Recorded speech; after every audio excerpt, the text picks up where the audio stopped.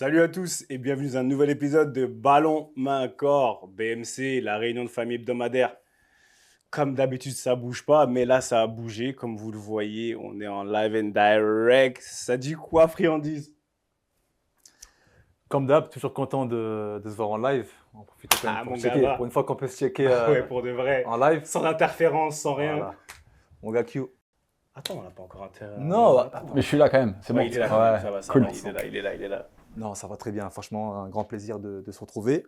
Fin de saison, ça veut dire on est un peu libéré de nos obligations, on va dire. Donc, on en profite pour faire cette réunion de famille en chair et en os. Donc, toujours un plaisir. Quand tu dis les fins de saison, il y a quoi qui se passe dans la vie de Ricky, là? Non, c'est fin de saison. Rien, Il se passe rien, plus rien. rien. Walou. Là, c'est les vacances. Et on va en profiter vraiment pour faire le vide, pour de vrai, sur ce coup-là. Profiter avec les enfants, avec la famille. Et puis, non, vraiment faire le vide là. Et puis après, on repartira les batteries chargées pour une nouvelle aventure. El professeur! Oh mon gars! L'américain! El professeur! ATL slash l'aube. Ça donne pas, ça donne pas pareil. ATL, ça, franchement, c'est stylé. Slash l'aube maintenant, t'es là. Ça dit quoi? Ouais, toujours un pied sur chaque continent, mais les deux pieds bien ici avec vous, les gars. Ça fait plaisir de ne pas avoir ces fameux 3 fuseaux horaires. Hein, we can relate. Vraiment, c'est toujours spécial de se capter en direct. Tu vois, il y a la saveur particulière. Mais non, top, les deux pieds bien ici. Après 2-3 semaines très mouvementées, content d'être là, content d'être en chair et en os, discuter, juste le backstage, c'était bien rigolo. Mais ouais, content d'être là les gars, content vraiment d'être là. C'est toujours sur la digne lignée de mes 6 derniers mois, à mon rythme, pas mal busy, mais on plante un petit peu des petites graines, on coule les fondations pour qu'elles soient le plus solides possible dans mon next step. Donc voilà, mais là c'est vraiment un bon moment BMC avec la team BMC, devant et derrière les caméras, et ça fait vraiment plaisir. Next step, je sais pas, tu étais là combien de temps? Les vacances, c'est bien, il fait quoi? Comment tu trouves la France? Je sais pas. Non, ça y est, la France, ça redevient mon chez moi. Hein. On revient au Bercail pour les prochaines semaines, prochains mois, prochaines années. On connaît assez bien notre milieu pour savoir que c'est surtout moi et Ricky, bien placé pour parler. On a quand même pas mal connu le mouvement. Donc il y a toujours l'offre, la demande, les opportunités. Mais voilà, moi je suis dans un mindset de vraiment préparer mon après-carrière en faisant les choses vraiment bien, en récoltant un maximum d'informations, en étant exposé à un maximum de différentes choses. C'est un luxe que je me permets et qui me botte énormément. Parce que la curiosité, parce que toujours l'amour du football et parce que en fait, je suis capable de transitionner depuis un moment en étant toujours en immersion dans ce football qu'on aime beaucoup, ce parallèle entre les États-Unis et la France qui est quand même une allée qui est bien explorée dernièrement. Donc du coup, ça fait que je suis exposé à des conversations sympas, à des prises de décision sympas, à de l'aide, à du conseil aussi. Et tu vois que ça a sa valeur, donc on se sent utile. Hein. Tu sais quoi, à un moment donné, on en a tous parlé. Quand on arrête, il y a ce qui je suis, qu'est-ce qu'on devient. Et là, j'ai la chance d'avoir l'impression de servir à quelque chose et en même temps avoir du temps pour les miens. Donc voilà, c'est choisi. Que ça dure. C'est vrai qu'à t'écouter, on croirait, frère, que c'est trop bien d'être à la retraite. C'est ce que je veux dire. Quand on l'écoute parler, j'ai la chance de faire ci, c'est stylé. Sinon, à part ça, c'est compliqué. À part tout ça, c'est très compliqué. À part tout ça, mais c'est bien, tu vends bien le foot me manque. Le foot, Ah ouais, le foot, ça te manque? Ah, pas une seule seconde, mais ça, on en parlait avec. Comme je vous ai dit, et c'était ma plus grande peur, c'est mais là d'avoir fatalement d'être arrêté sur blessure. Je n'ai pas ce besoin, on en parlait tout à l'heure. Courir sur un tapis, ça me provoque des symptômes qui durent ensuite dans le temps. Donc du coup, moi, je peux m'en tenir qu'à de la muscu et du vélo d'appartement. Bah, si c'est ça pour l'instant, c'est ça pour l'instant. Donc il y a tout un processus à côté de ça où je dois garder mon pilier santé, fitness, être en bonne santé avec peu. Donc c'est moins marrant, mais on trouve du plaisir là-dedans aussi. Mais ouais, effectivement, je sais que moi, c'est quelque chose que j'ai vraiment redouté. Et là, à l'heure actuelle, juste la sensation d'être sur un terrain, de m'exposer à ça, c'est pas possible. Du coup, tu n'as pas de frustration. Bah non, justement.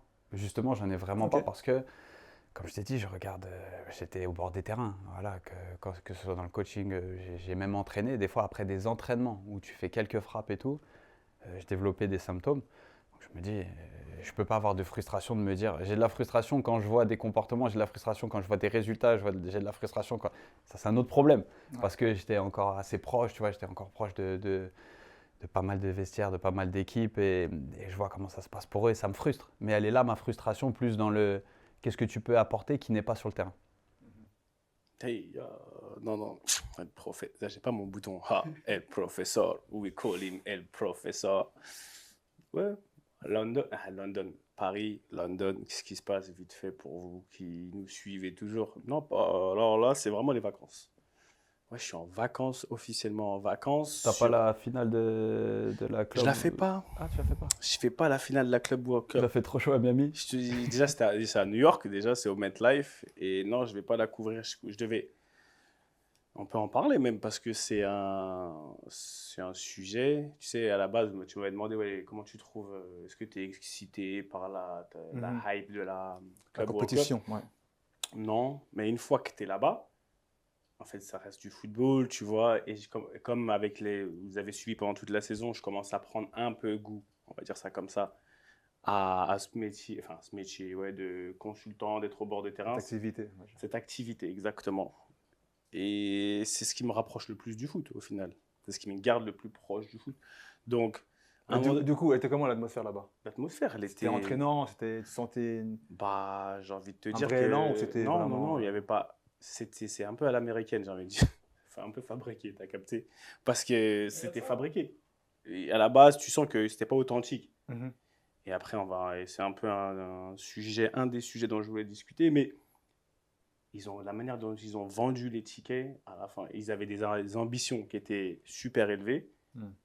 Ça partait à 300, 400 dollars le ticket, jusqu'à la fin où il y avait des lots. Et pour les 5 matchs de l'Inter Ouais. Miami, 20 dollars. Tu vois. Ouais. Et ça, nous, on le voyait passer, on nous en parlait. Donc, après, il y avait du monde. À l'Aïe, pardon, à l'Ali, ils ont ramené du monde. Ouais. Ils sont franchement, Grosse base de supporters Ouais, égyptiens. tous les Égyptiens, les Sud-Américains, au niveau des supporters, eux c'est pas trafiqué. Ils sont là, Ouais, ouais. tu vois, Boca, River, Ils sont présents. Ouais. ils sont présents. C'était bien. Flamengo, tout Flamengo, ça. tout Ouais. ça. Mais pour le reste, il y a des matchs, il y avait 9 supporters.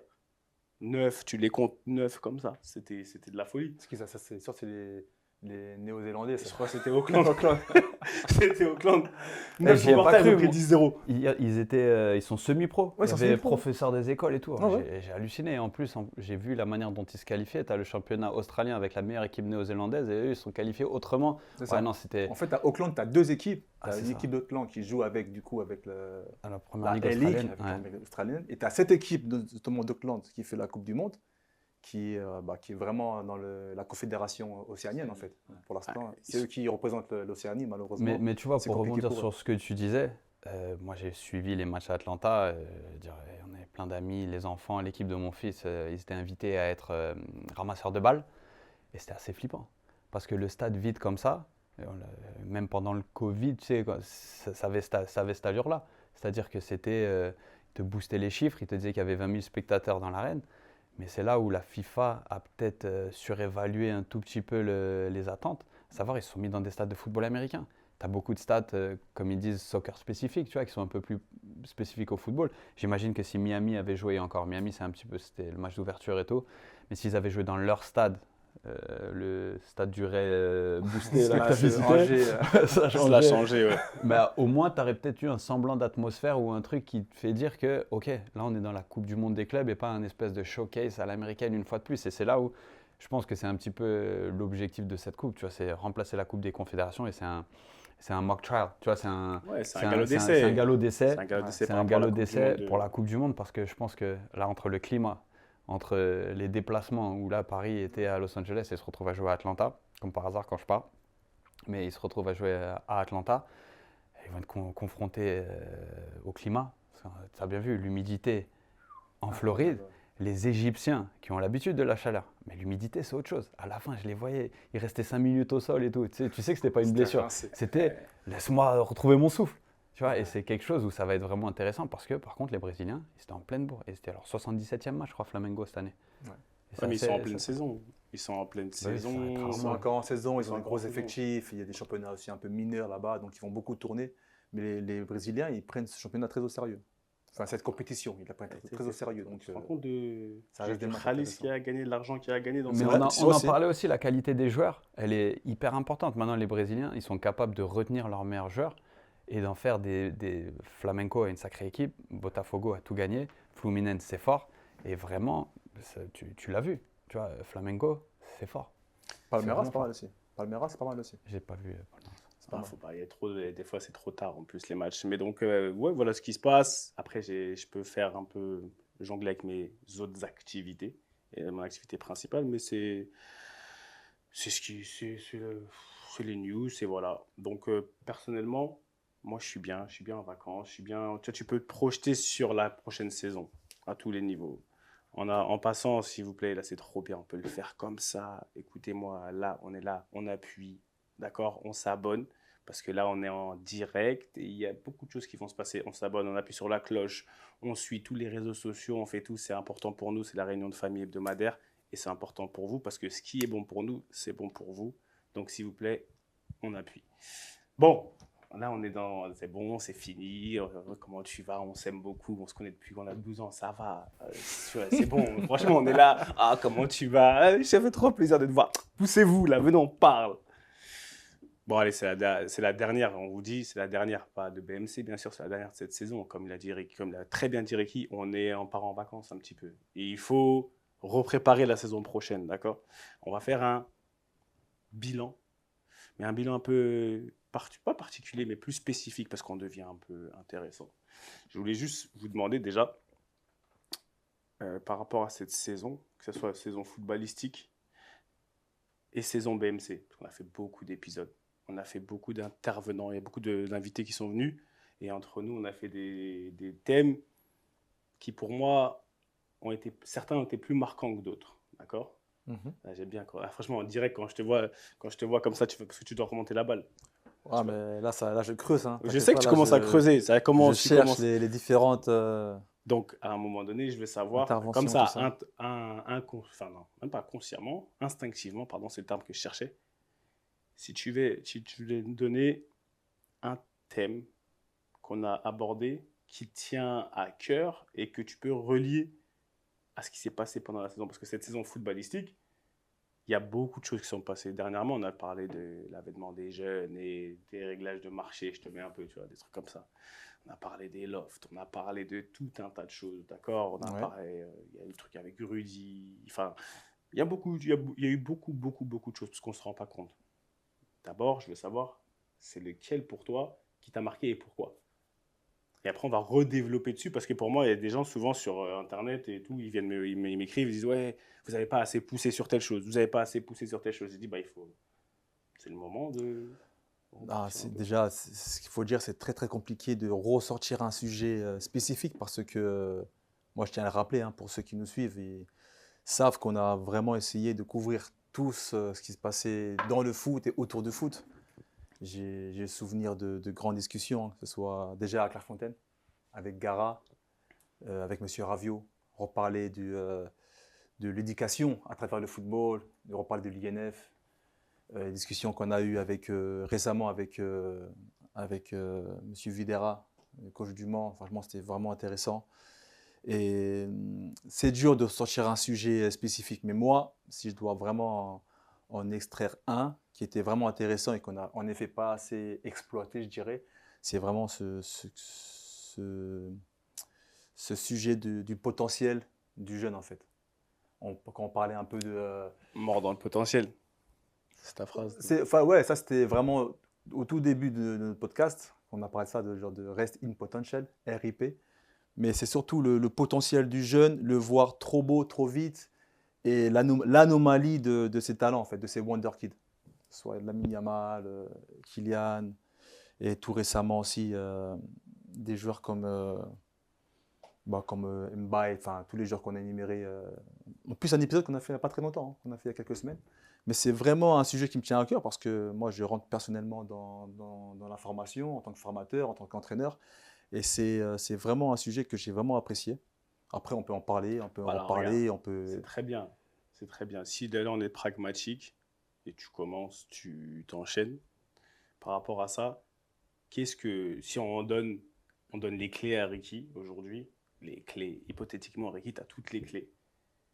Et on parle de ce sujet-là. C'est quoi ton canevas? Comment tu règles ou tu modifies ce sujet-là selon ta vision? Il faudrait faire. Qu'est-ce que tu aimerais faire? Tu vois ce que je veux dire? Ouais. Comment? Pourquoi? Alors déjà, le problème, il faut l'identifier. Comme on l'a dit lors des précédents podcasts, j'invite à ceux ou celles qui ne l'ont pas regardé d'aller le voir. C'est vraiment le problème, c'est qu'on ne donne plus le temps aux jeunes joueurs de se développer de manière naturelle, organique. Dû, on va dire aussi aux contraintes économiques, aux contraintes du marché, aux contraintes de l'écosystème du football. On a envie de sortir vite, d'extraire une pépite pour après qu'il ait une grosse valeur marchande pour la revendre derrière. Moi, je pense que ça nuit au football en général, ça nuit aussi aux joueurs, ça nuit à tout un écosystème. Donc, pour moi, la solution, donc, c'est de laisser grandir de manière générale les jeunes. Après, si on doit régler la solution dans le concret, moi, je parle vraiment du système franco-français. Ouais. Du système français. On arrête les ANS. Contrat ANS, fin. Ça veut dire un jeune joueur, jusqu'à l'âge de 14, 15, voire 16 ans, ne peut pas s'engager contractuellement avec un club professionnel. Quel qu'il soit, même étranger, il ne pourrait pas. Alors, dans les faits, ça peut être compliqué. Attention, là, je lance un pavé dans la mare. Mais je sais que ça pourrait être réalisable si on arrive à trouver les bonnes conditions avec les clubs, avec les pôles, avec l'INF, avec la fédération, et laisser un libre développement du jeune jusqu'à ses 14, 15 ans. Mais tu arrête. Tu connais. Ça, Non, moi, non. c'est ma solution concrète. Mais Et ça découlerait de plein de... ouais, tu as été exposé à tout ça et tu le vois assez fréquemment et tu vas le voir de plus en plus dans ta future activité. Mais moi, tu vois, tu reparles de nos discussions avec Franck Raviot. Moi, ce qui m'a impressionné sur le moment, c'est que son discours n'a pas bougé d'un iota en 25 ans. Quand on y était et maintenant, c'est qu'il a, tu vois, ses valeurs, il les a impersonate, bref, il les a pris, personnifiées. Le truc, le truc, c'est que tu vois, tu bascules le point de vue et tu te dis, tu as un enfant qui est prometteur au foot, qui a 12, 13, 14 ans et qui a la possibilité d'aller dans plein de clubs. Déjà, la règle de tu ne peux pas sortir de ta région avant 16 ans, c'est quand même un petit pas vers ça et ça donne quand même la sécurité au gamin peut-être de se développer dans son environnement jusqu'à ce qu'il atteigne l'âge de quitter ans, je crois que c'est 15 ans, je crois. C'est 15 ans. Ouais, C'est 15. peut-être ça, c'est la première année du contrat aspirant. Donc ouais, effectivement, 15 ans. Mais nous, on est parti beaucoup plus tôt. Et il y a des joueurs de notre âge qui partaient dans les clubs pro beaucoup plus tôt. On tu est vois parti beaucoup plus tôt à Clairefontaine. À Clairefontaine, c'était en région. Donc ça reste quand même des pôles. Même si l'INF, ça a une dimension nationale, ça reste des pôles. Ça encore, à la rigueur, ça va. Ça reste des pôles, mais il y en a qui partaient dans leur club professionnel. Stéphane Vincent, si je me souviens bien, il était parti à Saint-Etienne au même âge. Oui, bien sûr, il y en a beaucoup. Tu vois, Momo Sissoko est parti à Auxerre au même âge. Il y a des choses comme ça, on a des exemples où je me dis, tu vois, l'ANS, je comprends la course à l'ANS. La course à 11 ans, je fais signer un gamin pour quand il a 16 ans. C'est vrai que les clubs, là, tout d'un coup, tu te demandes, ok, le gars, il n'a pas grandi, il n'est même pas encore au collège. Qu'est-ce que tu fais? Tu vois, là, et c'est ce que fait très, très, très, très bien la Fédé américaine de football quand j'ai passé mon diplôme de scout. Ils organisent des rassemblements à 14, 15 et 16 ans de retard morpho. C'est-à-dire que c'est que des joueurs nés entre juin et décembre de la même année et ils font un rassemblement des meilleurs joueurs identifiés du second semestre en fait finalement pour voir quand ils sont en catégorie plus ou moins et qu'ils ne sont pas, un joueur de décembre qui joue avec un joueur de janvier, il est presque surclassé au final. Et donc du coup, c'est pas pour contredire ce que tu dis, parce que je vois très bien ce que tu veux dire, parce que ça devient vraiment la folie, tu vois, ça devient les parents qui cherchent, les agents qui contactent sur Instagram, ça c'est quelque chose. Exactement. En fait. Et ça c'est vraiment perturbateur pour l'enfant, mais bien fait. Et si les gamins sont sensibilisés, les familles, et c'est ce qu'on veut faire avec la génération 86, c'est vraiment sensibiliser il y a un timing pour tout et d'être courtisé par un agent à 12 ans, tu crois que c'est sympa, ça flatte ton ego, mais au final, ça amène plus de… C'est un peu comme les likes sur Instagram à 12-13 ans. Nous, on a eu des histoires juste à l'Académie d'Atlanta. Les gamins, parce qu'ils ne peuvent pas poster leur but ou la passer, C'est pour cela, le problème est là. C'est pour ça que pour moi, réguler, c'est la clé. Parce que tu ne peux pas seulement sensibiliser. Même si tu sensibilises, il y aura toujours ce club ou cet agent ou cette famille qui va vouloir aller plus vite que les autres, qui va vouloir anticiper. Et c'est ce qui se passe dans les clubs. À la différence de notre époque, de ce que j'ai plus ou moins analysé, c'est que les clubs locaux, les clubs de banlieue ou les clubs amateurs travaillent très très bien. Ça veut dire qu'il n'y aurait pas un problème majeur si le petit continue à évoluer dans son club jusqu'à 14-15 ans et après partir dans son club. C'est pour cela, le fait qu'un petit soit déjà lié à un club de manière officielle à 2 ans, pour moi, c'est un peu trop précoce. Alors certes, nous on l'a fait déjà à notre âge, hein, mais ce n'était pas aussi généralisé. Et maintenant, les clubs cherchent encore une fois, cherchent à anticiper, cherchent à couper l'herbe sur le pied d'autres clubs. Donc ça amène à des signatures précoces, à une identification qui est souvent erronée. Et à la fin, qui trinque, ce n'est pas les clubs, ce n'est pas la famille, c'est le petit, c'est le joueur à la fin, in fine. Le système, pour moi, n'est pas bon pour le petit. Hein. Je dis pas, moi je n'y vois aucun problème en soi. Parce que nous aussi, on n'a été pas victimes, mais on a bénéficié de ce système-là. Mais je me rends compte qu'en fait, ok, tu en as 5, 10, 15, 20, tu as l'élite qui s'en sortent bien, qui évolue, qui perce. Mais tous les autres… Le 98%, c'est ça, il y en a 2% qui deviennent pas. C'est ça. Et quid des 98 autres pourcents qui reviennent dans leur club, des retours de centre, ou alors même des ANS coupés, des ANS annulés. C'est ça, annulés avant l'entrée en centre de Ouais, formation. ouais. Il y en a quelques-uns, beaucoup même, qui n'arrivent pas à progresser durant leurs 3 ans d'ANS, de 12 à 15 ans, parce que la morphologie, parce que la croissance, parce que les blessures, on te coupe. Et t'imagines le traumatisme pour le gamin? C'est très très dur. C'est pour cela. Après, bon, c'est seulement C'est hypothétique. Ça, c'est seulement une requête Non, c'est que vrai. j'aimerais amener tout en haut jusqu'à la Fédé, mais ça, c'est encore autre chose. Mais voilà, tout ça pour te dire que c'était un thème qui m'a vachement plu.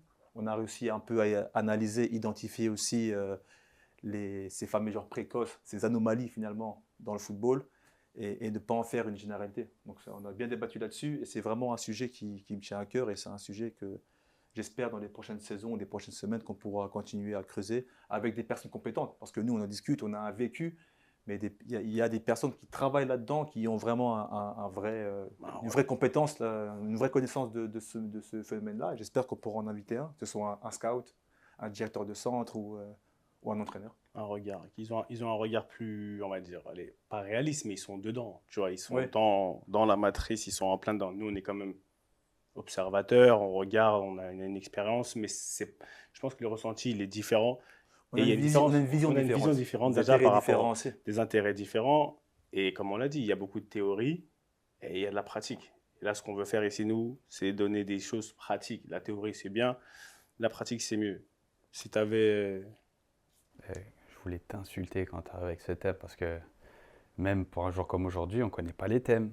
Le gars, j'ai eu des commotions sur commotions et il voulait me faire… Heureusement que Ricky a bien remonté le ballon. Je vous dis, merci pour les petites notes parce que waouh, sinon ça aurait été vraiment compliqué pour moi. Hein.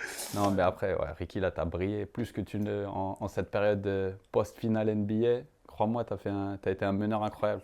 Tu m'as mis… Ouais. Et big up à OKC. Big up à OKC. Quelle finale. Mais alors, quel beau c'était champion. le thème de Ricky. Enfin, Alors le moi, thème de Ricky, c'est complètement un segue parfait. C'est sur la création d'environnement, le leadership et la culture. Moi, c'est les thèmes qu'on aborde constamment parce qu'ensuite, on peut aller traiter d'attitude, parce qu'ensuite, on peut aller traiter d'environnement propice en fonction d'un profil ou non. On peut traiter d'identité. On en a vu des super joueurs choisir le mauvais club. Tu comprends? Et là, c'est ni de la faute du joueur, ni de la faute des parents, ni même de la faute de l'agent. C'est à un moment donné, si tu n'es pas clair sur ton identité et si tu ne recrutes pas clairement des leaders, que ce soit des directeurs de centre de formation, des entraîneurs, des dirigeants qui ont une trame et quand même une idée assez précise de ce qu'ils veulent faire dans leur club, et ben en fait, tu peux t'exposer au changement constant. Moi, je l'ai vécu en carrière quand tu te retrouves dans une équipe qui veut la possession et tout, et tu as un entraîneur qui arrive qui dit « La possession, c'est acquis.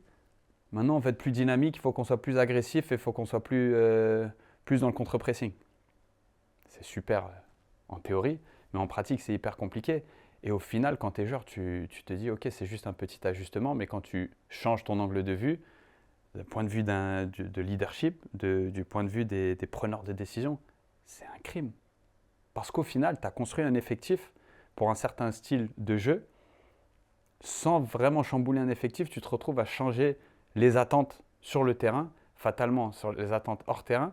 Et c'est là où tout d'un coup, tu peux transformer la culture d'un club, tu peux transformer le succès d'un club en un gros échec. Et au final, depuis, on en parle énormément, depuis que ça m'est vraiment arrivé à un âge un peu plus avancé en carrière, je réalise que ce genre d'erreur se répète beaucoup trop dans le choix des entraîneurs, dans le choix des dirigeants.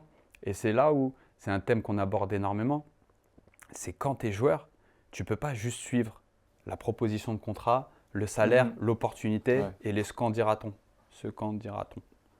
Tu es obligé, t'es obligé de trouver chaussure à ton pied. Et encore plus quand tu es jeune et que tu te diriges vers un centre de formation. Tu dois aller dans un environnement qui sera propice à ton développement. Et j'en reviens. Tu vois, c'est la théorie. Après, dans la pratique, c'est dur. Dans la pratique, c'est super dur. Mais le nombre de fois où ensuite, down the road, le nombre de joueurs qui font les mauvais choix en carré, c'est clair. Tu vois, et encore, là, c'est un super mauvais exemple, mais je vais l'utiliser. C'est Griezmann, que tous les non-initiés imaginent que c'est un joueur purement de l'Atlético, alors que c'est un footballeur fantastique. Il avait tout pour réussir au Barça. Mais il a changé trop tard d'environnement.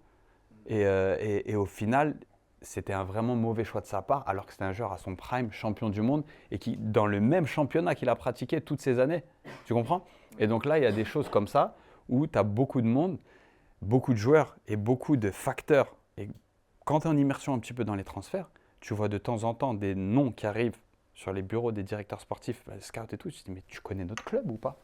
Tu vas me proposer un joueur avec un profil qui n'a rien à voir avec nos principes de jeu, la manière dont on a envie de jouer. Et là, on en arrive à prendre des décisions sur des joueurs comme ça. Et c'est là l'alignement, en fait. L'alignement dans la prise de décision, l'alignement dans la culture. Parce qu'après, tu as beau être aligné, ensuite, tu as des problèmes. Tu as toujours des problèmes de comportement dans un sport qui se joue sur 11 mois sur 12. Vivre ensemble, on le rappelle, et c'est hyper important, c'est long. Une saison, c'est long. Et alors là, les saisons à rallonge, la Coupe du Monde des clubs, je le rappelle. PSG a gagné la Ligue des Champions, on a l'impression que c'était il y a 3 mois. Ils sont partis en sélection, ensuite ils sont à la Coupe du Monde des clubs. Et là, on nous vend le bien-être, ils font des petits tours à Santa Monica, personne les... C'est dur, même pour eux, tu es fatigué. Tu comprends? Attends, regarde, ok, même question que pour Ricky. C'est-à-dire, idéalement, tu as ta petite baguette magique, maintenant on met Q fast-forward dans un rôle de décideur. Comme lui, là, c'est lui qui pouvait tout changer par rapport aux anomalies, aux jeunes, aux ANS. Toi, qu'est-ce que tu fais? Si on te donne les pleins pouvoirs, ça veut dire idéalement dans la tête de Q, c'est quoi la marche à suivre? Tu définis un standard non négociable en fonction du rôle occupé dans un club. C'est-à-dire quand tu es joueur, les choses sont très très claires. Il y a porter cet écusson, porter ce maillot, ça vient avec un certain nombre de responsabilités. Comme on nous l'a répété très longtemps quand on était petit, on a des droits, mais on a des devoirs. Okay? Et là, c'est un petit peu pareil, mais ça va aussi pour les coachs et ça va aussi pour les administratifs, à savoir l'alignement en fait sur les valeurs qui drivent un club pour que la culture soit construite indépendamment de la personnalité du joueur qui est recruté. C'est-à-dire que quand tu arrives… Répète. Pour que là, il faut que la culture résiste à la personnalité du joueur recruté. C'est-à-dire qu'on a tous des traits et des modes par défaut, des traits de caractère. Ça ne veut pas dire qu'on est incompatible. Ça veut dire qu'il faut que ce soit considéré quand ils arrivent dans un environnement. Sauf qu'on l'a beaucoup vu, le nombre de fortes personnalités qui arrivent et qui font vaciller tout un club parce que c'est les personnes en vogue, parce que c'est les joueurs du moment, parce que… Mais ces mecs-là, ils veulent partir. Tu comprends? Dans une discussion que j'avais eue avec un directeur de centre de formation que j'avais trouvé brillant, il m'avait dit, en fait, c'est simple. Dans mon club, j'ai 2 types de personnes. J'ai un staff de l'industrie du football, c'est-à-dire des gens qui aiment travailler dans le football, et j'ai un staff club, des gens qui sont contents d'être au club, et si tu t'en sépares pas, ils resteront ici toute leur vie. Tu comprends? Et ils ne sont pas forcément reliés au football. Non, ils sont liés au football ou pas, mais c'est qu'ils s'identifient Plus au club. plus au club qu'à l'industrie. Tu D'accord. comprends? Ok. Mais ça paraît simple. Mais on en a vu. Des gens qui, au bout de 2 matchs sur le banc, on en a parlé. Quand est-ce que je pars? Trouve-moi un autre club. Avec qui on en parlait? On en parlait avec beaucoup de monde. On en parlait avec un invité, peu importe. Au bout de 3 matchs sur le banc, quelqu'un à ton poste qui commence à faire à crever un petit peu l'écran. Nicolas, on a parlé avec Nico Dieuz quand il est venu en tant qu'agent. On en a parlé même vite fait avec le coach Videra. Et on en a parlé surtout dans l'épisode où on parlait si les joueurs c'était des mercenaires ou pas. C'est ça. Et donc du coup, il faut que tu te protèges parce que c'est un comportement qui est normalisé et qui, sincèrement, c'est un mode par défaut qu'il faut gommer, mais qui est pas... Il y a tout le temps de la jalousie, il y a tout le temps de la comparaison. Dans le foot, c'est quelque chose qui va arriver. Mais comment est-ce que tu peux le tempérer, le tune down par rapport à créer un environnement où tu n'as pas de standard, donc tu n'as pas de culture, donc tu n'as que des non-dits et en fait tu vivotes. Bah, c'est ce qu'a réussi à faire le PSG hein, depuis 2 ans. C'est ce qu'a voulu instaurer Luis Enrique. Au-delà de l'aspect technico-tactique, il a voulu instaurer une culture de travail, une culture, comme tu dis, d'alignement, que tout le monde soit en raccord, que ce soit de Nasser jusqu'à l'employé, en passant par Luis Campos et Luis Enrique. Je pense que c'est pour ça que Luis Campos il a aussi prolongé avec eux, parce qu'il s'est rendu compte que l'alignement était bon, que le ciblage des joueurs, que le comportement adopté, le style de jeu employé, tout le monde était en accord avec ça. Même un Kolo Muani, qui est pour moi pas problématique dans un vestiaire, parce que je pense que c'est une personnalité qui est cool, qui est vraiment introvertie, tout ça, mais se sont rendu compte qu'il n'était pas en alignement avec ce qui était proposé par le coach, bah, prêt, vente, quitte à perdre de l'argent à la revente, mais voilà. Bon, je ne vais pas refaire l'épisode Messi, Neymar, Mbappé, tout ça, mais on se rend compte qu'avec une équipe en théorie moins forte, bah, ils ont réussi à devenir la meilleure équipe d'Europe. Parce qu'il y a cet alignement-là que tu viens d'expliquer. En gros, c'est ce que tu viens d'expliquer. Donc, pour toi, le PSG, ça serait une des meilleures c'est le meilleur exemple. Meilleur exemple. Mais regarde, il y a un truc sur lequel, souvent, cette saison, on se dit cette saison, dans nos épisodes, moi, on n'était pas souvent pas d'accord, mais il y a de la théorie, comme on dit, il y a de la pratique. Et pour moi, je trouve que des fois, dans les principes que les gens ils veulent avancer, il faudrait faire ci, on en oublie, tu en as parlé, la réalité de l'être humain, de l'âge que le joueur de foot il traverse.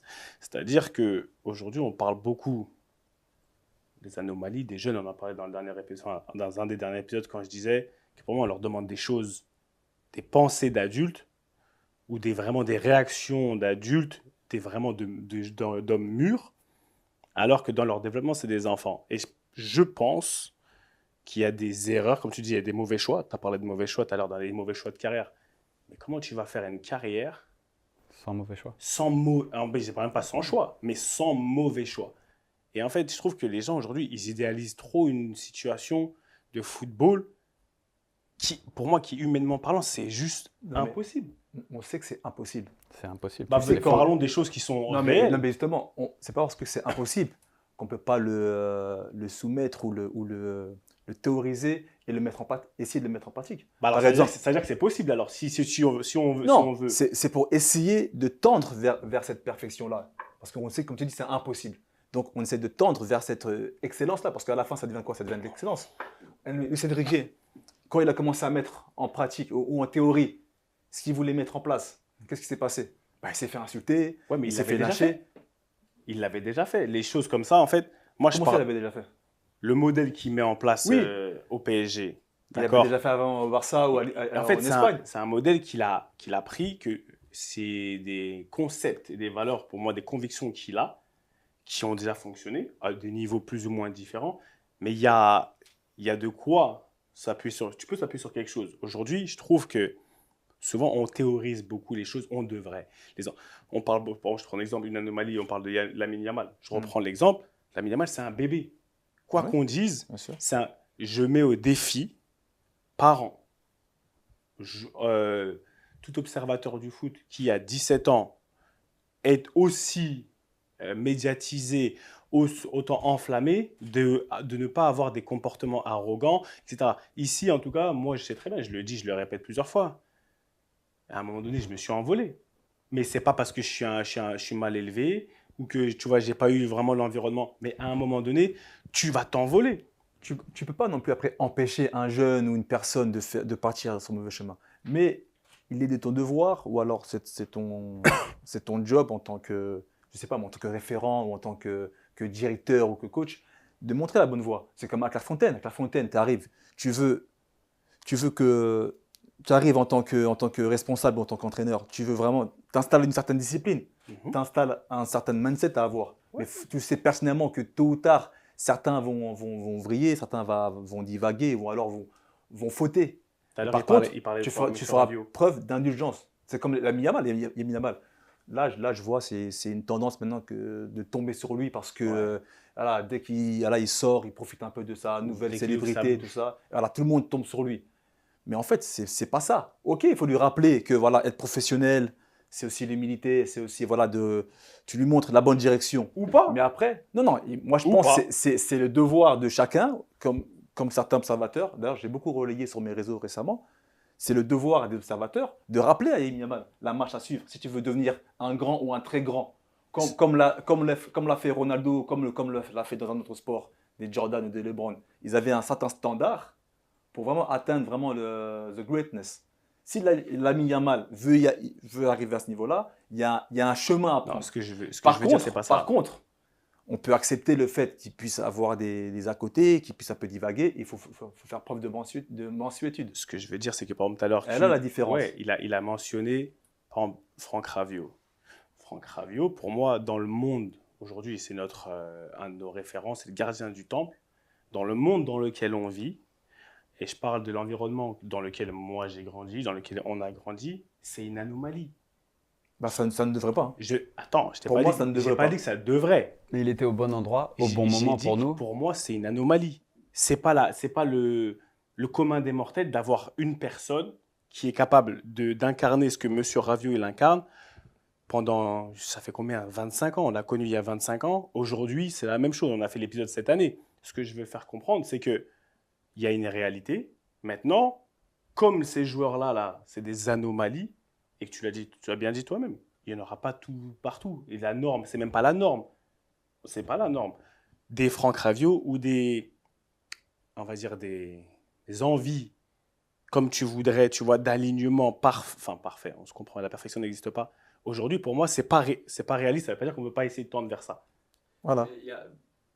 Il y a une saison pour tout. Il y a un timing pour tout aussi. C'est-à-dire que la direction que tu prends à 13, 14, 15 ans avec ton choix de centre de formation est sans doute bien plus importante que le club que tu choisis à 24, 25 ans quand tu as déjà 5, 6 années de professionnalisme parce que tu es déjà footballeur professionnel. Quand tu es joueur en formation, en développement, tu peux pas, tu as beaucoup moins le luxe de te tromper, de te rater parce qu'un mauvais environnement peut vraiment te dérégler à un moment de ta vie où tu emmagasines tellement, où tu apprends tellement et tu construis des fondations tellement importantes pour la suite de ta carrière qu'on est tous exposés à la résilience, à l'adaptabilité à un moment donné. On en parle assez de ces termes. Mais il y a un moment donné où c'est beaucoup plus facile à comprendre et mettre en pratique, à savoir plus tard, qu'initialement. Comment tu fais, Ricky, à 12-13 ans, partons du principe. Revenons-nous à 12-13 ans. Mon daron, il connaît rien au foot au final. Ton daron, il connaît rien au foot. Toi, un peu plus parce qu'il y a Doudou. T'as dit, on a moins le luxe de se tromper. À 12-13 ans, dans le choix de son environnement. Mais sur base de quoi? Comment tu vas savoir que c'est une erreur si ton environnement proche, tout le monde n'est pas la famille Fati avec un grand frère, ne connaît rien. Non, mais ce que je veux dire. C'est pour ça qu'il faut choisir plus tard.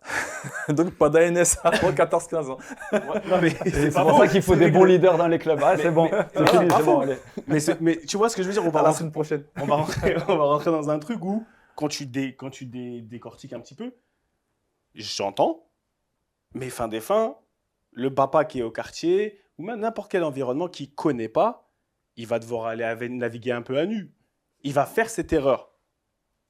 Il va la faire, cette erreur, si encore, ça peut être considéré comme une erreur. Mais c'est peut-être là aussi où c'est important de sensibiliser, où tu as une responsable en tant que joueur qui est passé par là. Parce que nous, on en a connu. Attention, le long fleuve tranquille n'existe pas dans le football. Mais à un moment donné, si tu as tellement d'informations que tu sais exactement si tu veux jouer chaussettes levées, chaussettes baissées, chaussettes trouées, long cycliste, long short, petit maillot, machin, tu peux peut-être essayer de te renseigner sur tout ça aussi. Tu comprends? C'est-à-dire que l'information qui est à disposition pour tout ce qui brille et tout ce qui tape à l'œil, c'est bien, c'est une chose. Mais il y a aussi pour, encore une fois, les fondations solides. Et tu es exposé à assez d'histoires, à assez de témoignages de footballeurs, tu as assez de gens autour du foot où tu peux te faire une idée un petit peu plus précise. Nous, écoute-moi, Internet à l'époque, tu avais le droit à 25 minutes sur AOL. Écoute-moi, il n'y avait pas d'article sur qui. Tu comprends? C'est-à-dire qu'effectivement, nos parents. Quand il ils allait disaient- draguer les meufs sur caramel. Ah, ça ramait de fou, là, je te jure. Ah, Non, mais tu vois, là, tu as beaucoup plus d'informations quand même. Donc, si tu as envie d'aller t'inspirer et piocher pour savoir qu'est-ce qui se fait ailleurs, combien on peut gagner d'un côté, de l'autre, c'est, écoute, tu peux voir qui sort de ce centre de formation, quels sont les profils de joueurs, quels sont les coachs, Voilà. quel est Là, c'est concret. le turnover. Mais c'est un truc où on ne peut pas blâmer l'information à laquelle on est exposé sans l'utiliser à son escient aussi, parce qu'il y a beaucoup de bonnes informations, il y a de plus en plus d'autodidactes grâce à Internet. À un moment donné, effectivement, on ne connaissait rien, mais on était surtout dépourvus d'informations. Nous, on a connu Ricky et son frère par Capital. Nous, on est arrivé à Clairefontaine, il y avait Jérémy Aliadière qui était passé à la télé parce qu'il signait Arsenal. Il y avait Jacques Fati qui était passé à Capital parce qu'il avait hésité entre Rennes et Bologne et qu'en fait, il y avait eu un média national. Et Rudy Haddad qui était passé dans le Parisien. Et Jean-Michel Badiane qui nous mettait des, tu vois. Jean-Mich, dédicace. Lui, on l'a connu un peu plus tard. On l'a connu en live, Jean-Mich. Mais non, mais tu vois, là, pour le coup, en fait, c'est pour ça que je fais un peu le relou, mais pour moi, ça, ce que tu viens d'expliquer, ça, c'est réaliste. Ok, il y a de l'information, on a tous accès à l'information, les parents, ils ont tous accès à l'information, mais c'est quel type d'information tu vas aller chercher? J'ai un exemple qui est extraordinaire, franchement, qui est trop marrant maintenant que tu le dis.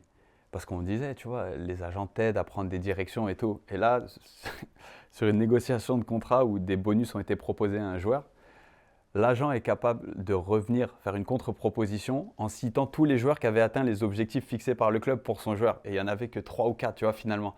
Donc là, la recherche, elle a été capable d'être super, super précise dans un cas qui allait favoriser son joueur ou pas, qui était dans un cas de négociation. Comment est-ce que tu ne peux pas faire ce même genre de recherche pour choisir le bon centre de formation pour un gamin, pour l'aiguiller, pour le, tu vois? Et même dans la performance au quotidien. Bon, après, Complètement. c'est aussi le cas. Je pense que c'est aussi le cas pour les agents ou pour les coachs qui sont vraiment dans la recherche d'excellence pour les joueurs. Mais je suis d'accord avec toi.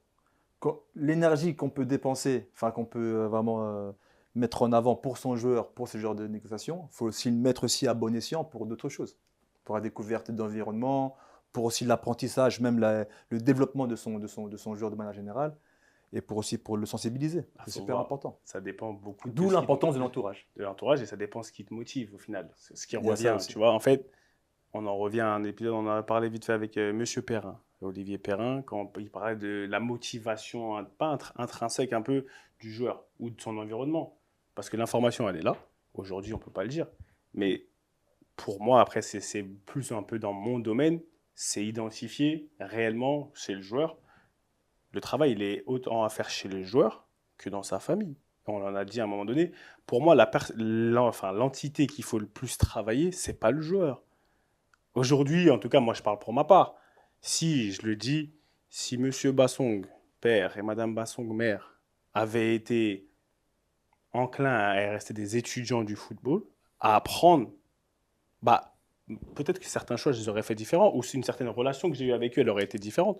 Parce que être parent de jeunes athlètes ou de jeunes footballeurs, c'est un métier différent. Tu penses que c'est une responsabilité des parents de s'impliquer dans l'écosystème de son fils? Non. Ou du potentiel écosystème de son fils? Non, c'est pas leur responsabilité. C'est important pour eux de, Il faut qu'ils comme tu le comprennent. dis, de comprendre un peu comment ça se passe. Read the room. Il faut que tu comprennes. Tu vas quelque part, dans un nouvel environnement. Si tu ne comprends pas les règles qui régissent cet environnement et que tu veux fonctionner. Oh, regarde, je vis en Angleterre, il vivait aux States. Tu vis en France, ce n'est pas les mêmes règles qu'en Italie ou qu'à Londres. Enfin, les mêmes règles, les mêmes lois. D'accord? Je ne peux pas venir appliquer mes lois anglaises sur la France. Bien sûr. Quand on est, et là je le parle pour les parents, quand on est parent d'un jeune athlète, tu ne peux pas appliquer les mêmes choses que tu fais avec ton enfant, l'autre enfant qui n'est pas du tout athlète. Parce que c'est pas la même. Donc pour moi, c'est une responsabilité du parent, ou à nous maintenant, comme tu disais, les gens du métier, d'amener ces parents-là à leur faire comprendre que tu dois, en fait, t'es partie prenante réelle. Ça ne veut pas dire que tu dois venir contrôler. Je t'ai pas dit de venir contrôler, je t'ai dit de venir comprendre. Parce que ton fils ou ta fille, il va évoluer. Où est-ce que le fossé il se creuse? C'est quand moi j'évolue de mon côté, parce que je suis au centre de formation à Clairefontaine, je vis une réalité qui est tout autre de celle de mes frères et sœurs, ou même que mes parents ils peuvent voir. Ils n'ont pas le contrôle dessus. Et que eux, ils vivent la leur. Ils sont pas, en fait, on n'évolue pas ensemble. Le fossé va se creuser au bout d'un moment. Je vais vivre une réalité qui est totale. Eux, ils vont pas la comprendre. Donc, ça va créer un écart. Alors, s'ils ont un détachement par rapport à ce que tu fais et qu'ils délèguent, entre guillemets, avec un agent ou avec un conseiller, d'accord. Mais le véritable problème, c'est quand il y a ce fossé, comme tu dis, ce manque de savoir, mais que malgré tout, le parent veut avoir son avis là-dessus. Là, c'est problématique. Voilà. C'est là où les 6 derniers mois que j'ai vécu, et c'était vraiment sciemment, je n'ai pas envie d'être entraîneur, mais de voir, avoir plus ou moins fait ce rafraîchissement sur ce qui se passe pour les ados en centre de formation maintenant était hyper enrichissant pour moi. Il y a en fait 3 types de parents. Il y a les parents comme nous qui savent, nous on sait combien c'est incertain le développement d'un jeune footballeur. Et donc du coup, tu peux que conseiller, accompagner, mais tu sais qu'il y a tellement de facteurs qui rentrent en compte que tu peux pas ressentir de l'urgence. Tu comprends? Ensuite, tu as les parents qui comprennent rien et qui autorisent l'enfant à être détaché. Tu les vois, les enfants de parents qui comprennent pas grand-chose, ils arrivent relativement frais. Et ensuite, tu as le parent qui croit savoir mais qui sait pas et qui est omniprésent. Et là, tu le vois dans le gamin en fait. En 6 mois, la toxicité, je lève la tête, je peux passer ou je peux frapper dans un angle. Papa m'a dit de frapper dans un angle. Parce que les stats, c'est important. Je joue devant. Tu comprends? Et c'est tout un truc où on a beau vouloir sensibiliser et maintenant les enfants ont autant accès à l'information que les parents. Et à un moment donné, si tu as envie que ton fils soit le meilleur footballeur, il faut que toi, tu veuilles être le meilleur parent pour un footballeur. Et pas le plus proche du footballeur finalement. Parce qu'à un moment donné, le nombre de parents qui veulent vivre la vie par procuration, et c'est tentant. T'aimes ton sang, ta chair, comme personne. Mais par contre, est-ce que tu réalises que finalement, tu peux être le plus gros caillou dans sa chaussure à un moment donné, tellement tu méconnais ton environnement. À un moment donné, si ton fils, tous les jours en centre de formation, prendre le bus pour aller dans les top clubs amateurs de la région, il fait son grind, toi fais ton grind, mais de parents, pas de supporters du fils. T'as capté? Oui, moi, tu vois. Sponsor du fils. Ouais. Une fois quand tu es sponsor du fils, donc tu as des intérêts derrière. Et c'est toujours en avant, l'exposer. Ça a poussé, là, ouais. C'est une réalité, tu vois. Et pour moi, là, on est dans, en tout cas, c'est mon avis, on est dans du concret, dans des situations de vie qu'on vit tous les jours. Parce qu'il y a des gens, on n'a pas tous le même niveau de compréhension. Ça veut dire qu'on n'est pas tous au même niveau, autant de passage dans la compréhension de l'environnement du footballeur. Ce qui m'amène à vous dire un peu, c'est pas une annonce, mais par rapport à la saison qui va arriver de Ballon Main Corps, vu qu'il y a de fortes chances qu'on soit plus souvent, de plus en plus en présentiel, ça va permettre à ce qu'on parle de ce que j'appelle l'autre sport. Vous aimez l'art du football? On aime tous, on connaît. Je pense qu'ici, on est tous, on va dire, experts, et je le dis, on est tous experts les 3 de l'art du football. Mais on est en train, nous 3, de commencer à s'intéresser au business du football. Et l'art du football, c'est une chose, mais il y a le business du football. Et pour moi, pour faire une vraie carrière, il faut un peu les deux. Et aujourd'hui, dans le business du football, la question que moi je vous pose, c'est toi qui fais ça, fait le MIP d'ailleurs, c'est quand qu'on sait qu'on va faire le... Tu vois, un truc comme ça. La cérémonie est prévue en octobre, mais les notes seront données pendant les vacances, là, début juillet. Du coup, et vous, c'est quand du coup les réponses? On va mettre la toge. C'est quoi les réponses? Parce qu'attendez. En fonction de ta note, on va les Delascar, ils ont postulé, hein? Vous avez postulé pour MIP, vous deux, hein? Non, déjà, c'est pas ils m'ont engrainé, et je le dis, ils m'ont engrainé à postuler pour le MIP, d'accord? Et comme tout le monde aime Ricky, quand on dit allô à l'UEFA, on parle à l'UEFA, on dit oui, je suis ami de Ricardo Fati, etc. Ça met le sourire sur le... On m'a dit, texto, mais quel élève? Tu mens. Sur la tête de ma mère. On m'a dit, franchement, un élève moteur. J'espère avoir la mention alors. On m'a dit, mais Ricardo, quel élève? J'ai dit, ah ouais, il est C'est impossible. Ah là, lui, Ouais, ouais, ouais. il commence. Mais non, mais blague à part. Et tu vois, on m'a On dit qu'il y verra avait la l'aise, nôtre. donc on verra. Non, mais Mais attends, business de laisse-moi finir la football, question. c'est super intéressant. Le business du football, aujourd'hui, surtout vous deux, vous avez commencé, on commence tous. Comment, en fait, ouais, comment vous définiriez le business du football? Est-ce que, comme ça, je vous avais même pas je ne prépare jamais à rien, mais c'est quoi le business du football aujourd'hui? Est-ce que c'est aussi important que de connaître, que d'être bon là, et de maîtriser l'art du football? Je vais te répondre de manière un peu abstraite et rapide. Ce qui est, pour moi, qui est un peu, peut-être pas dangereux, mais qui peut être aussi à terme assez inquiétant pour le football, pour l'art du football, c'est que le business du football, justement, devient un business comme un autre. Ça devient un business comme un autre dans le sens où on est en train d'analyser le football de façon plus froide, plus pragmatique. Ça veut dire qu'on cherche maintenant à maximiser ou à optimiser des revenus à travers à travers l'art du football. Je sais pas si tu vois ce que je veux dire. C'est-à-dire que maintenant le football devient un produit. Et il faut qu'il y ait des Alors, certitudes. On se rapproche de l'obtention d'un maximum c'est ça. de prévision et de certitude, alors que, comme tu l'as bien décrit, un art, c'est un art. Et ça vient avec son lot d'incertitudes et d'intangibles. Moi, justement, ce que j'ai peur, c'est que, ok, tant que l'art du football et que le business du football reste un peu équilibré comme ça va. Bon, apparemment, ça peut être plus orienté un peu business, des fois artistique. Ça va. Mais quand le business prendra totalement le pas sur l'art, ben on tuera l'art. Donc, par définition, on tuera le football. Et là, bah, on aura plus de sport. Clairement. Après, attention, là, c'est un peu un discours un peu catastrophisme, mais c'est comme on le voit là avec la Coupe du Monde des clubs. Alors, nous, on le suit parce qu'on a un peu la hype, on aime le foot, c'est chez toi, toi, tu le couvres. Moi, bon, fada de foot, je regarde les matchs tant que je peux, mais on se rend compte que c'est pas forcément quelque chose qui nous fait vibrer. Et j'ai peur qu'à terme, que même des compétitions normales ou des matchs, des gros matchs ne feront plus vibrer autant. Bah, déjà, il y a Elle est beaucoup de là. football aujourd'hui. Elle est là la crainte du business. Le business de football ne doit pas tuer l'art du football. Mais attention, je nuance, excuse-moi Q, je nuance. On a besoin du business aussi dans le football. On a besoin de revenus, on a besoin d'argent, forcément. Et On c'est a besoin exactement d'avoir là-dessus où de moi, si tu me structures, de demandes, revenus. je pense que le football, c'est une plateforme incroyable pour être le plus authentique possible et faire passer les meilleurs messages possibles et être inspirant, tu vois. Pour moi, le business du football, il en arrive là, c'est une plateforme pour être inspirant. Parce que tu as dit un truc, tu as parlé, tu as fait ça, l'équilibre. Et pour moi, pour une carrière maintenant, si je me place sur le prisme du joueur, pour une carrière de football, nous, on a été graduate, d'accord, dans l'art du football. Surtout depuis le Harvard du football, depuis Clairefontaine, tout ce que tu veux. Maintenant, je pense qu'on est en retard. On a été en retard dans l'apprentissage du business du football.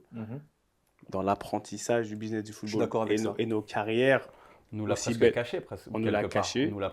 On nous en a presque protégé ou pas. On a voulu nous rendre un petit peu extérieur à tout À ça. tort ou à Mm. raison. Et je pense qu'aujourd'hui, vu que, bon voilà, on rentre dans un peu, je dirais pas dans les instances, mais on se rapproche un peu plus de ça, on va dans les loges, on est UEFA, on commence à comprendre un peu plus comment ça fonctionne. C'est vrai qu'on agit de plus en plus loin du rectangle vert. On est dans le football, mais de plus en plus loin du rectangle. Tu vois, tu es un peu plus Au loin du niveau rectangle des instances. et tu rentres, en fait, tu commences à comprendre voilà, les contours, tu vois, comment ça fonctionne, etc. Et ça, pour moi, c'est une plus-value. C'est une plus-value si on peut garder cet amour du football, être proche du rectangle vert, toujours prodiguer un certain nombre de conseils et de visions, d'être très pragmatique, mais tout en enseignant, parce que tu parlais d'alignement, de comment on va prendre des bonnes décisions. Je pense que la formule, elle est aussi de faire comprendre aux parents, aux joueurs aussi, que vas-y, c'est pas juste tape dans un ballon et tais-toi, comme on a dit, tu vois, lui faire comprendre qu'il a le cerveau pour comprendre tout ça, Pour appréhender pour son environnement. appréhender Ouais. son environnement, et qu'il n'a pas simplement besoin de taper dans le ballon. Et je pense que ça créera un meilleur joueur, de facto un meilleur produit, il saura se vendre, il saura, lui, comprendre vraiment son environnement et la famille. Parce que moi, ce qui m'intéresse, c'est qu'ils restent soudés. C'est qu'ils restent vraiment soudés. Parce que ces fractures, voilà, on a des enfants aujourd'hui. Et nos enfants, ils sont tous en âge de partir dans des centres de formation ou pré-formation. Imaginez-vous une seule seconde où même nous, si on était dépourvus et que ton fils il dit vas-y papa ou ta fille elle te dit tu sais quoi vas-y tu connais rien. Aujourd'hui moi Attention, hein, je te coupe, mais moi, je t'ai exposé la chose de manière plus globale, hein. ouais ouais ouais, Après, ouais. si tu es dans le prisme d'un joueur ou d'une famille ou voilà, d'un footballeur, bien évidemment, hein, il faut qu'il comprenne l'aspect business à 100%. Il faut qu'il arrive à concilier l'aspect artistique, enfin l'aspect passion, l'aspect sport de manière stricte et aussi le côté autour, le côté business. Ça, il faut qu'il le maîtrise, il faut qu'il apprivoise pour pouvoir après faire face à certaines choses dans sa carrière. C'est super important qu'il connaisse aussi l'aspect business. Ah, autant nous, on n'y était pas vraiment Nous, confrontés. on est parti pêcher Pas du tout. l'info, hein, en vrai. Ah, c'est Nous, on ça. est parti se Moi, ma carrière, s'instruire je nous-mêmes. l'ai fait purement pour l'aspect passionnel du terme, hein. Pas vraiment sur le côté business ou mercantile. Après, bon, ça, c'est encore un autre sujet. Mais aujourd'hui, je pense que oui, le jeune footballeur, ou même la famille, ou même tous les parties prenantes du sens large, d'un sens large, doit vraiment connaître l'aspect business du football. C'est clair, hein. Et je pense que dans la saison qui arrive, là on va faire la pré-saison de notre saison qui arrive. En présentiel, c'est beaucoup plus facile parce qu'au final, vous allez suivre nos évolutions, que ce soit au niveau, comme je dis, au niveau des instances, etc. Ricky, on ne sait pas ce qu'il va faire, s'il va devenir entraîneur, il peut tout faire, c'est un couteau suisse. Non, je pense que je suis parti pour devenir entraîneur, je pense. Attention, J'aime trop justement l'art du football pour m'en écarter. Bah, Je préfère rester proche du rectangle vert. tu te rappelles quand on avait la discussion, et c'était allez, un an. Après un an, Ricky, C'est un fil rouge. tu savais vraiment pas ce que tu étais Ouais, entre les deux. c'est vrai, ouais, j'étais en vois. pleine réflexion, j'étais en pleine réflexion, pas en plein doute, mais je ne savais pas. Et tu sais quoi? Ce qui est bien, c'est que tu as le droit de changer d'avis encore. Et encore. C'est clair. Et encore. Mais à un moment donné, tu sais, Non, il faut, n'abuse pas, n'abuse Ouais, non, pas. il faut quand N'abuse même pas. avoir N'abuse pas, tu parles de. T'es fou, tu veux Ouais, qu'il c'est vrai. fasse. Non, non, non. T'as bloqué sur un truc, donc tu penses que Après, je peux faire une carrière à la Leonardo, hein. Leonardo, il a été coach, il a été dirigeant. Bon, non, je ne sais pas trop ce qu'il fait en ce moment, mais il mange son argent. il a été T'inquiète très pas. successful, hein. Non, il a fait des belles choses, hein. C'est des inspirations. T'as vu, la semaine dernière, Patrick, Ah ouais, il a essayé de le recruter. l'entretien, ouais. L'entretien de dernière L'entretien, minute, ouais. il y a eu un Non. entretien, il voulait te recruter. Mais donc, Non. ok, donc tu vois. Toi, ok. Et toi, tu diriges, toi, tu veux aller. Moi, c'est le côté exécutif. Voilà. C'est très bien. Déjà, on est Putain, bien. je voulais que ce soit mon coach des gardiens. Il veut pas. Il veut vraiment pas. Il veut pas. Il veut pas. Tu t'es sûr et certain. Lui, c'est des bureaux, Quentin. Ah, alors, on est en famille, c'est la réunion de famille hebdomadaire. Des offres d'entraîneur des gardiens, j'en ai refusé pas mal. Ah ouais. T'as la grosse tête. Enfin. Mais tu vois. au sens propre et figuré. Ah, ok, on attaque là-dessus. Au sens propre et figuré. Ah ouais. T'as la grosse tête maintenant, toi, tu te permets. T'as pris des. Non, mais après, c'est normal. J'ai C'est des totalement aspirations. légitime, Non, c'est. totalement naturel. Et tu sais quoi, shout out, franchement, big up à vous tous. Parce que souvent, je regarde les commentaires que vous laissez, que ce soit sur toutes les différentes plateformes. Et il y a peut-être une personne qui a demandé si tu allais devenir coach des gardiens. Pourquoi Quentin ne fait pas? Mais tout le monde Tu suis pas ou quoi? tout le monde dit que Quentin, faut qu'il devienne directeur, comment dire, chief executive, tu vois ce que je veux dire, directeur général, directeur sportif, etc.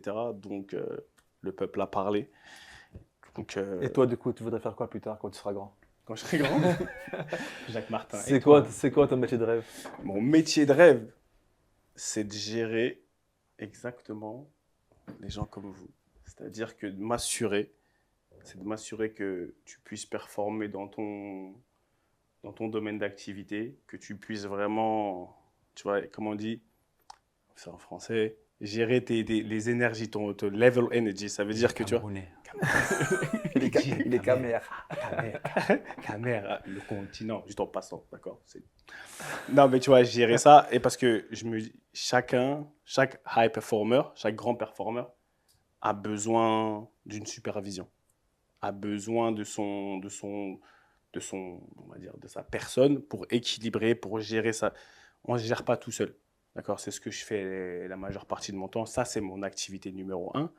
Et quand je vois que c'est ça qui est bien, toi, c'est sur le terrain, ça me fait un client, un deuxième client là-bas, on est bien et ça reste en famille. Donc, Tu demanderas la facture à la FFF.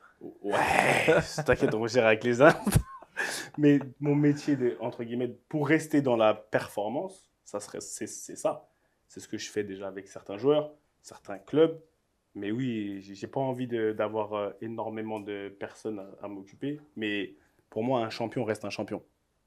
Peu importe la discipline dans laquelle il transitionne, un champion reste un champion. Et quand tu sais identifier, et c'est très bien que tu aies réussi à identifier ce que toi tu veux faire aujourd'hui, même si ça a pris un an, lui c'est plus rapide pour lui. Et le joueur, et c'est là où Ça on après un an, ça prend le temps que ça. voilà, non développe, mais hein. ça prend le temps que ça prend. Mais tu vois, c'est là où tu vois que par rapport aux différentes personnalités des joueurs, quand je reviens à des choses qui sont plus pragmatiques et non théoriques, bah c'est qu'il y a un certain type de joueur, tu sors, c'est un certain type d'humain. C'est un certain type d'humain. Et tu peux pas aller à l'encontre de ce que tu es en tant qu'être humain. Et de joueur, il veut devenir, c'est comme quand tu voulais faire, on dit toujours faire du De Rossi.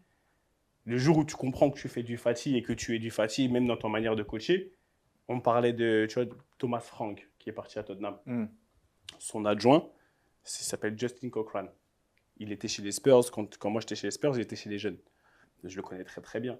Là, il a fait son truc. Il est troisième coach en équipe d'Angleterre. Tu vois, il a eu des promotions. Thomas Frank, il l'a eu à Brentford avec lui pendant X années. Et tout le monde lui dit oui, il est parti, il fallait que tu prennes le poste, un peu comme Saul, tu vois, le poste de numéro 1 à Brentford. Et Justin, on en a discuté un petit peu, et c'est ça que j'ai bien aimé. Il m'a dit Seb, franchement, je ne me vois pas être numéro 1. Il a dit, et en tant que numéro 2, Il excelle. il excelle, c'est une Mhm. balle. Mhm. Donc il n'y a pas de mal à être le meilleur numéro 2, Bien sûr. au lieu de vouloir être un numéro 1 moyen. Donc pour moi, ça c'est faire comprendre à quelqu'un, à un joueur, un dirigeant, Savoir où sont ses super pouvoirs. où sont ses super pouvoirs, ça Savoir crée des champions. s'évaluer et tout ça. Bien sûr. Bon, ça fait quoi ce week-end? Putain, j'ai trop l'habitude, ça fait quoi ce week-end? Là, il n'y a plus de week-end. Ah, il n'y a plus de week-end. Hein. Il n'y a plus de week-end. On n'est pas en week-end encore. Je sais Quel jour même pas quelle journée. Quelle journée? Non, non, il n'y a pas de week-end. Là, c'est des vacances. Hein. Donc, nous, avec la famille, on planifie les vacances. Il y a mon petit qui finit son brevet.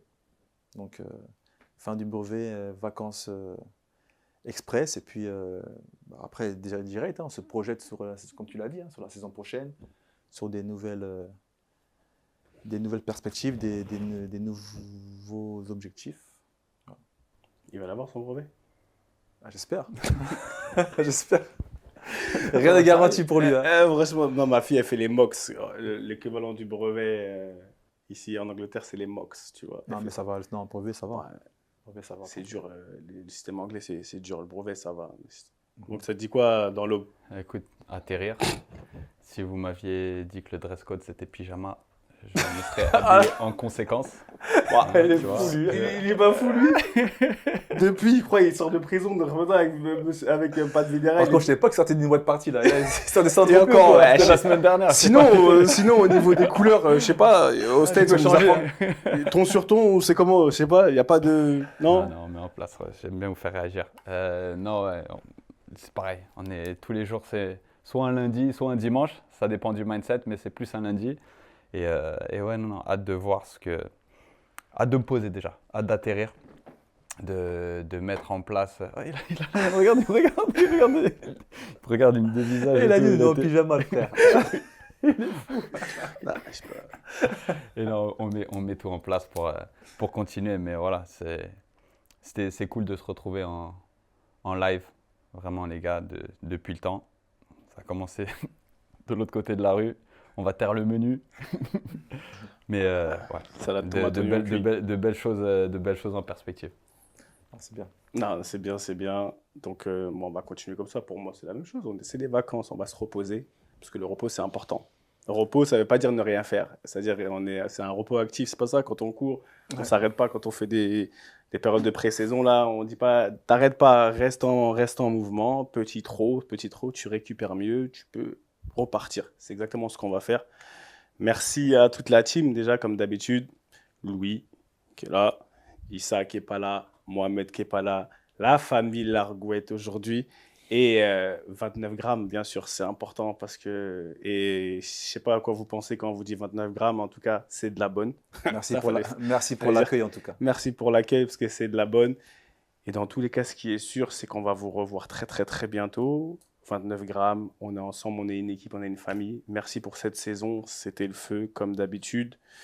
Et dans tous les cas, aujourd'hui, je ne sais même pas si, vous savez quoi, c'est le plaisir. On va tous tourner aujourd'hui parce qu'on fait grande dédicace à toute la famille. Clairefontaine, c'est la secte, comme d'habitude. Bonne saison à vous. Monsieur Bassong, à cause du chapeau, depuis quand on met des bops, Monsieur Bassong, à la télé? Basket, Ricardo, ton sur ton. Comment ça, Sénégal, tu tournes. Quentin, le prisonnier. White Party. White Party, tu tournes. C'était Ballon de main corps. Merci beaucoup. À la semaine prochaine, on est ensemble. Pew. One love.